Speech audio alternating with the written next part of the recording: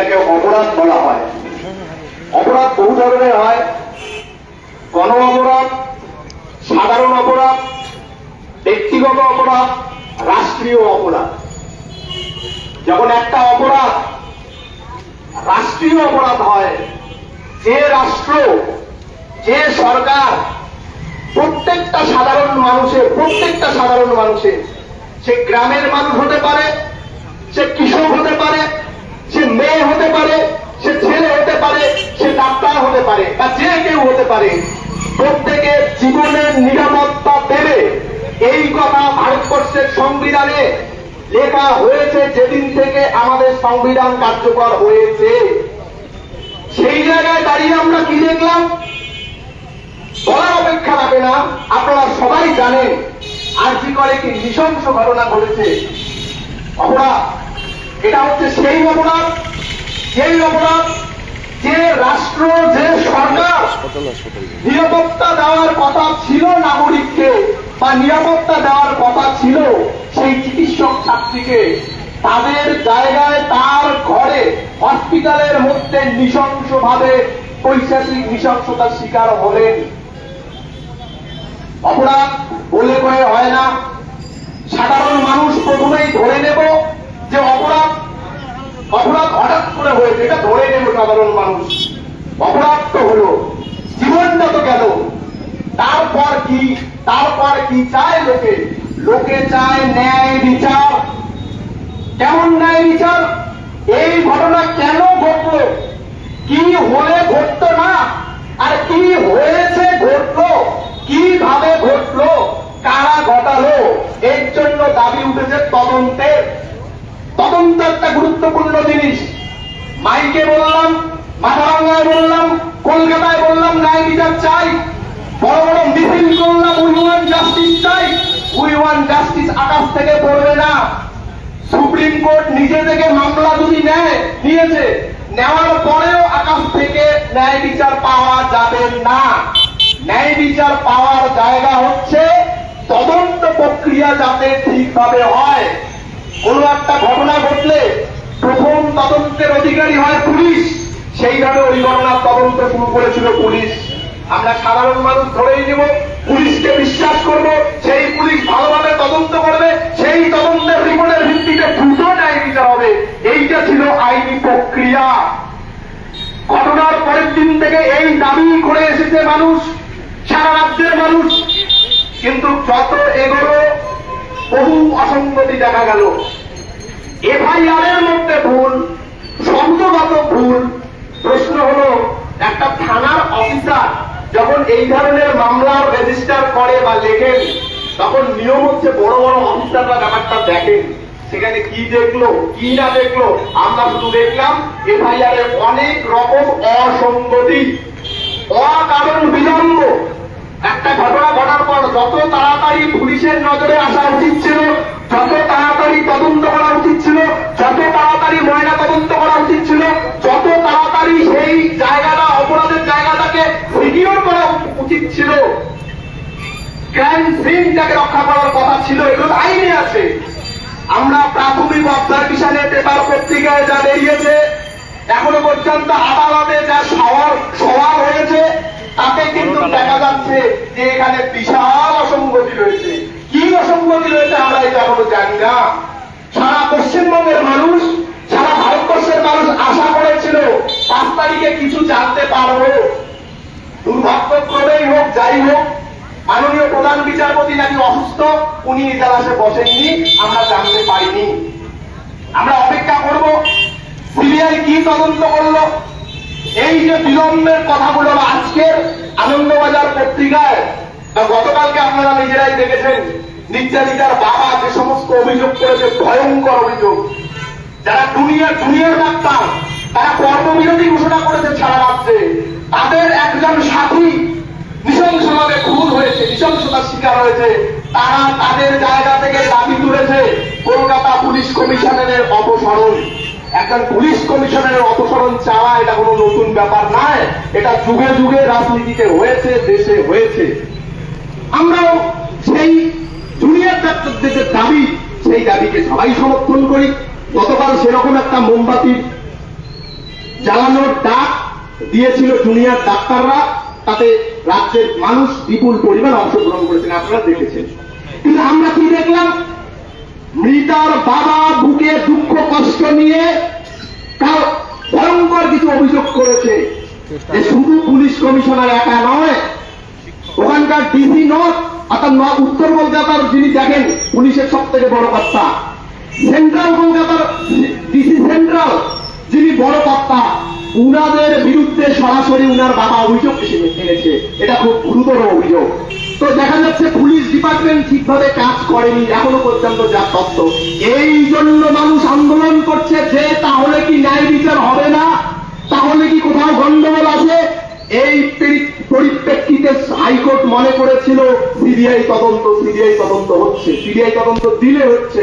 মানুষের ধৈর্যের বাদ জেনে যাচ্ছে, মানুষ রাস্তায় নামছে, দিনের পর দিন নামছে, প্রতিদিন নামছে, এই মাথাভাঙাতেও প্রতিদিন নামছে, বিভিন্ন ভাবে নামছে, রাজনৈতিক ভাবে নামছে, অরাজনৈতিক ভাবে নামছে, নাগরিক নামছে। কিন্তু কালকে কি ঘটলো, কালকে কি ঘটেছে এটা যদি আমি আজকে এখানে নাও বলি, সারা পশ্চিমবঙ্গের মানুষ কালকে দেখেছে মাথাভাঙায় কি হয়েছে। একটা সংগঠন হতে পারে, দুইটা সংগঠন হতে পারে, একটা রাজনৈতিক দল হতে পারে, রাজনৈতিক দল না হতে পারে, সাধারণ মানুষ হতে পারে, ব্যক্তিগতভাবে রাজনীতি করতে পারে, যা করতে পারে। তারা আইনি ভাবে যদি কোনো কিছুর প্রতিবাদ করে, সেই প্রতিবাদ দেখে যদি কারো মনে হয় সেখানে অন্যায় হয়েছে, তাহলে সেই অন্যায়ের বিরুদ্ধে তারা পাল্টা প্রতিবাদ করতে পারে। কিন্তু প্রতিবাদের ভাষা মুছে দেওয়া, প্রতিবাদীদের আক্রমণ করা, আঘাত করা, এই অধিকার ভারতবর্ষ কাকে দিয়েছে, কোথায় দিয়েছে? কোথাও দেয়নি। তাহলে এই অধিকারের এটাকে বলা হয় গুন্ডাগিরি। এই গুন্ডাগিরি কেন চলবে? এই আন্দোলন আমাদের অনেক কিছু শেখাচ্ছে।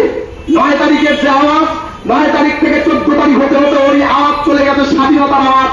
ওই আওয়াজ 14 তারিখ মধ্যরাত্রে জাতীয় পতাকা নিয়ে পশ্চিমবঙ্গের ছোট বড় সমস্ত শহরে মানুষ নেমেছিল স্বাধীনতা, স্বাধীনতা, স্বাধীনতা, নারী স্বাধীনতা। সেখানে আজাদির স্লোগান উঠছে, গোটা কলকাতা মহানগর প্রতিদিন বড় বড় সভা হচ্ছে আজাদি। আজাদি মানে স্বাধীনতা। অনেকে গুলিয়ে ফেলে আজাদির কথা শুনলে, ওই কাশ্মীরের কি আজাদি ওই ভাবে না। আজাদির বাংলা কথা হচ্ছে স্বাধীনতা। কিসের স্বাধীনতা? সভা করার স্বাধীনতা, সমাবেশ করার স্বাধীনতা, বাক স্বাধীনতা, বক্তব্য রাখার স্বাধীনতা।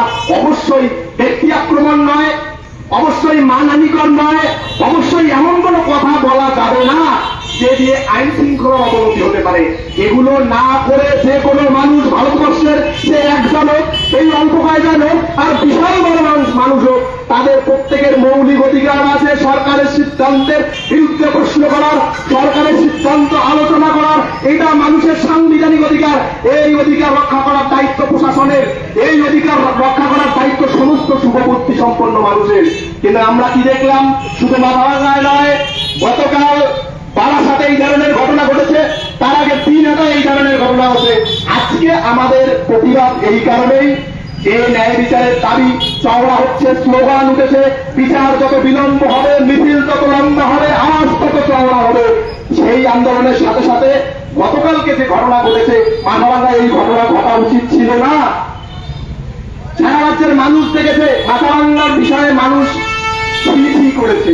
এই ছি ভাগিদার, এই ছি সমস্যা আমরাও সম্মুখীন হয়েছি। আমরা চাই না মাথাভাঙা গর্ব করুক, মাথাভাঙার মানুষ তার বাক স্বাধীনতা প্রকাশ করুক, মাথাভাঙার প্রত্যেকটি মানুষ, নাগরিক, রাজনৈতিক, অরাজনৈতিক, তাদের স্লোগান, তাদের বক্তব্য তারা গণতান্ত্রিক ভাবে পেশ করুক, শান্তিপূর্ণভাবে রাজনীতি করুক। করছেন তো সবাই রাজনীতি, যা একটা মৃতদেহের উপর ঝান্ডা নিয়ে সবাই রাজনীতি করছেন।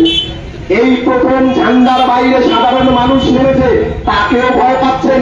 ভয় পাবেন না, যদি ভয় পেয়ে থাকেন ভুল করছেন। মেনে নিন, বুঝে নিন, বুঝার চেষ্টা করুন। ধন্যবাদ।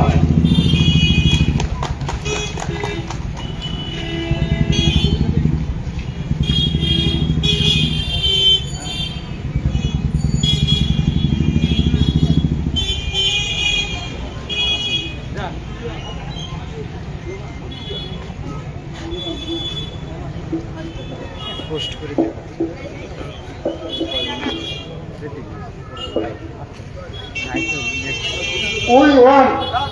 We want justice. We want justice. We want justice for Arjigol. Justice for we want অভয়াকাণ্ডের দোষীদের অবিলম্বে গ্রেফতার করতে হবে। দোষীদের গ্রেফতার করে দৃষ্টান্তমূলক শাস্তির ব্যবস্থা করতে হবে। আর্থিক কাণ্ডের মূল দোষীদের গ্রেফতার করে দৃষ্টান্তমূলক লাইটটা পরে দেখো।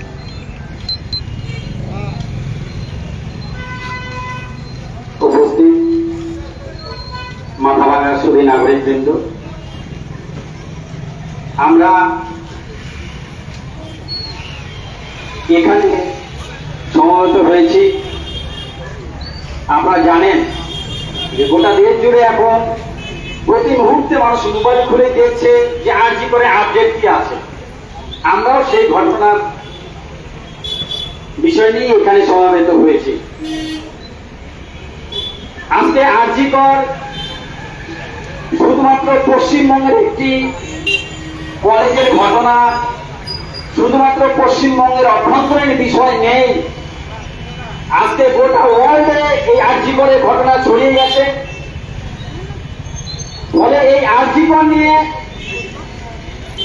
যারা এখনো পর্যন্ত ক্ষমতার দাম্ভিকে, ক্ষমতার অহংকারে নিজেদেরকে এখনো পর্যন্ত শুধরানোর রাস্তায় আসছেন না, এখনো পর্যন্ত হয়তো তারা বুঝতে পারছেন না যে চারদিকে কি মানুষ চাইছে, তারা একটু ভালো করে খেয়াল করবে। মানুষ কখন আন্দোলন লড়াই আসে, মানুষ কখন প্রতিবাদে সামিল হয়, তার বলা সব কিছু যখন কেড়ে নেওয়া হয় আর কিছু থাকে না, হারানোর কিছু থাকে না, মানুষ কিন্তু তখন রাস্তায় নামে। ফলে আজকে এই আরজি করে একটি ডাক্তারের শুধু কি ঘটনা, এই শুধুমাত্র একজন ডাক্তারের উপর আক্রমণ নয়, সমস্ত নারী সমাজের উপরে আক্রমণ। আগামী দিনে নারীরা সুস্থ হয়ে বেঁচে থাকবে কিনা তার উপরে আক্রমণ। আর আমরা সুমতি সম্পন্ন যারা বিরাট পদ আছে, এই আন্দোলনে আপনাদের সামিল হওয়া উচিত। সেইভাবে মানুষ যারা বুঝেছেন, যারা আন্দোলনে সামিল হয়েছেন, আমরা দেখলাম গতকালকে গোটা পশ্চিমবঙ্গে যখন জুনিয়র ডাক্তার ফোন তারা আহ্বান করেছিল যে 9টা থেকে 10টা পর্যন্ত তারা পানি অন্ধকার করে তারা প্রদীপ জ্বালাবে, মোমবাতি জ্বালাবে। সেই কর্মসূচি সর্বত্র আপনারা দেখেছেন, আপনারা নিজেরাও যে যেখান থেকে পেরেছেন, যেমন ভাবে পেরেছেন করেছেন। আমরা মাথাভাঙাতেও নানান জায়গায় দেখেছি এই কর্মসূচি হয়েছে, এখানে একটি কর্মসূচি হয়েছিল। মানুষের প্রতিবাদ করার তার অধিকার, যে কোনো রাজনৈতিক দলের প্রতিবাদ করার তার অধিকার আছে, যে কোনো সংস্থা সংগঠনে তারও প্রতিবাদ করার অধিকার আছে। ফলে আমরা দেখলাম যে এখানে সেই কর্মসূচি শেষ হওয়ার মুহূর্তে এখানে একদল দুষ্কৃতী হামলা হলো। আপনারা দেখেছেন এর ভেতরে কারা কারা আক্রমণ করেছে, কিভাবে করেছে, সবটাই আপনারা জানেন, তা বলার অপেক্ষা রাখে না। আমি একজন ব্যক্তিগত ভাবে ছবি আঁকি, চিত্রশিল্পী হিসাবে আমি এটা বলছি। একজন শিল্পী যখন ছবি আঁকে তার আবেগ থাকে, যন্ত্রণা থাকে, সে আঁকতেই পারে। সেই ছবিটা কারো যদি ভালো না লাগে, যদি তার কোনো কাউকে আঘাত করে থাকে, তার রাস্তা অনেক আছে, সে তার আইনি রাস্তায় যেতে পারে। কিন্তু এখানে সরাসরি ভাবে তার উপরে হামলা করতে পারে না, এটা সভ্য সমাজে হয় না। তাহলে এর থেকে কি বোঝা যায়? প্রতিবাদের ভাষাকে বন্ধ করে দাও, প্রতিবাদের ভাষাকে বন্ধ করে দাও, আটকে দাও। ফলে আজকে কিন্তু এইভাবে আপনারা যা করছেন সেটা অত্যন্ত নিন্দনীয়। আমরা মাথাভাঙার এই আরজি কর ঘটনা ঘটার পরের থেকে মাথাভাঙা সৌমতি সম্পন্ন মানুষ সহ যারা এই আন্দোলনে আমরা আছি প্রথম থেকেই, আমরা এই ঘটনার তীব্র প্রতিবাদ জানিয়ে আজকে এই সভা আহ্বান এখানে আমরা করেছি। আজকে এই সভা আহত সভা এখানে অনুষ্ঠিত হচ্ছে। এখনো পর্যন্ত যারা আপনারা এই আন্দোলন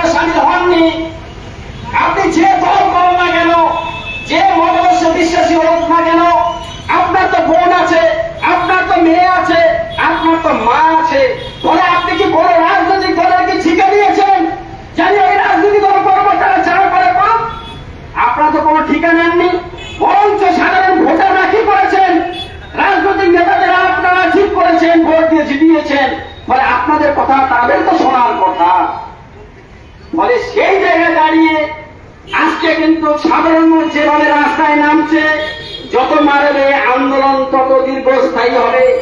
ডাক্তারের রাস্তায় করে আন্দোলন করছে, আমরা সাধারণ মানুষ তাদের সঙ্গে আছি। যত আক্রমণ হবে তত এখানে মিটিং মিছিল বেশি করে হবে। ফলে আপনারা যদি এই আক্রমণে না গিয়ে যদি মনে করেন আপনাদেরকে বাঁচাতে চান, তাহলে আপনাদের মতো করে থাকুন, কিন্তু আন্দোলন ভাঙার জন্য চেষ্টা করলে কিন্তু সাধারণ মানুষ আপনাদের ক্ষমা করবে না। ফলে আগামী দিনে এই মাথাভাঙ্গা শহরে আরো বৃহত্তর আন্দোলন হবে, যত বাড়বে তত সংখ্যা বাড়বে আন্দোলনের, এই কথা বলে আমার